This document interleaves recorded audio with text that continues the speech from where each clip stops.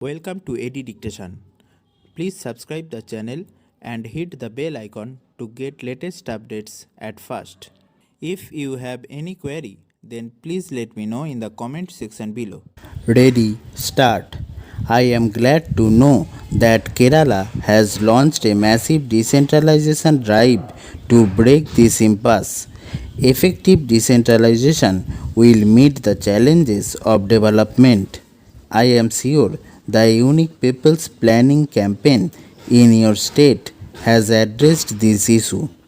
Increase in agricultural production and productivity by better use of local resources, halting environmental degradation through local action, improvement in delivery of services through local control, and higher investment in priority areas through reduced leakages and the mobilization of local resources are the fruits of decentralization. Decentralization transfers power to the people. It enlarges democracy by increasing the participation of the people. The panchayat and urban local bodies should be seen as conduits for power to flow to the ordinary people.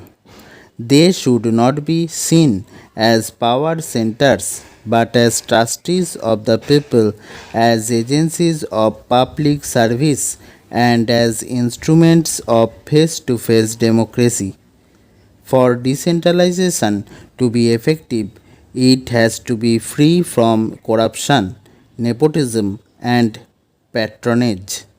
This can be done only if there is scope for genuine people's participation. Control from below is the best check against possible abuse of power by local authorities. The word participation is often used very loosely. One has to be very clear about what it means. There can be pseudo participation where people are got together only for the sake of official record.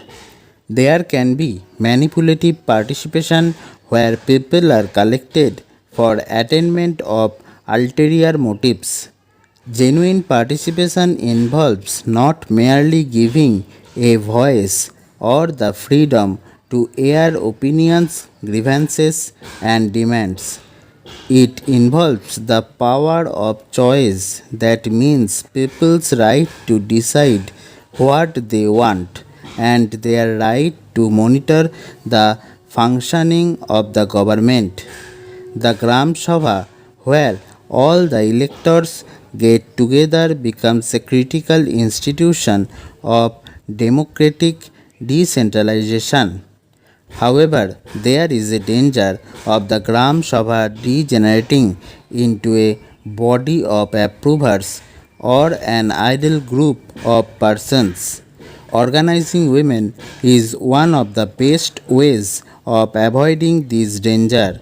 Hence, I see Kerala as a furthering of the decentralization process and as a tool for empowerment of the poor. Dear friends, the whole nation is watching this program with interest.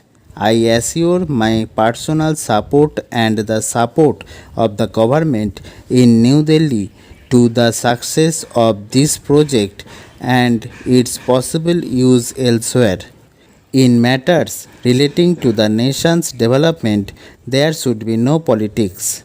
I consider it a privilege to be present on this important occasion, and I am not saying this in a manner of formality. As Prime Minister of the country, I am invited to attend many functions and inaugurate many programs. Each one of them is significant in its own way, having a bearing on the social and economic development of our country. But some programs carry a greater emotional content in them and give a deeper sense of personal satisfaction. This is because Any degree of success in these programs directly transforms itself into smile on a child's face, happiness in a suffering family, and a sense of accomplishment in the community. Today's program is one of them. As I inaugurate the National Pilot Project for Early Intervention to prepare the mentally challenged persons to integrate with family and community, my heart is filled with a gratifying belief.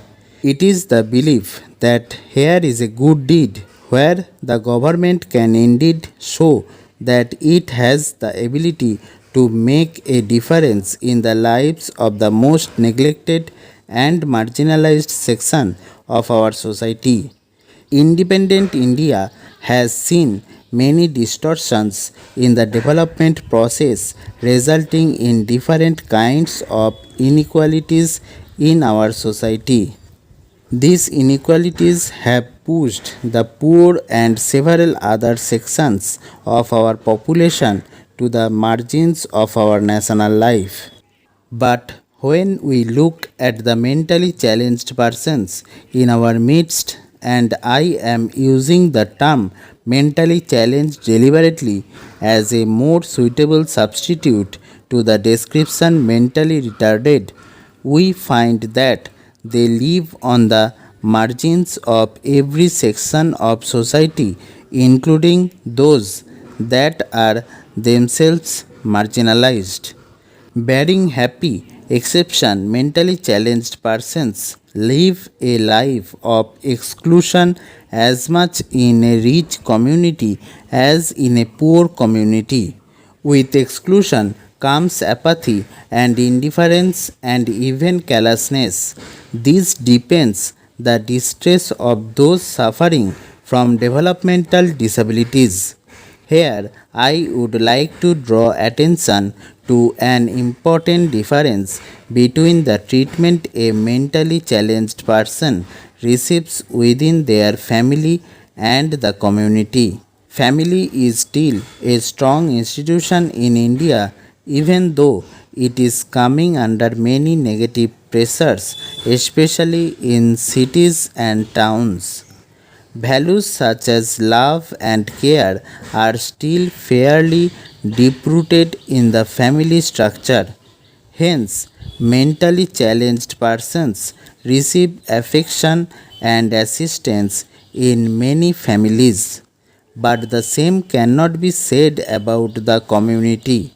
The rapid erosion of a sense of caring and empathy in our community life is the most painful feature of present day social life in India. This lack of caring and sensitivity manifests itself most starkly in the treatment given to disabled. Stop.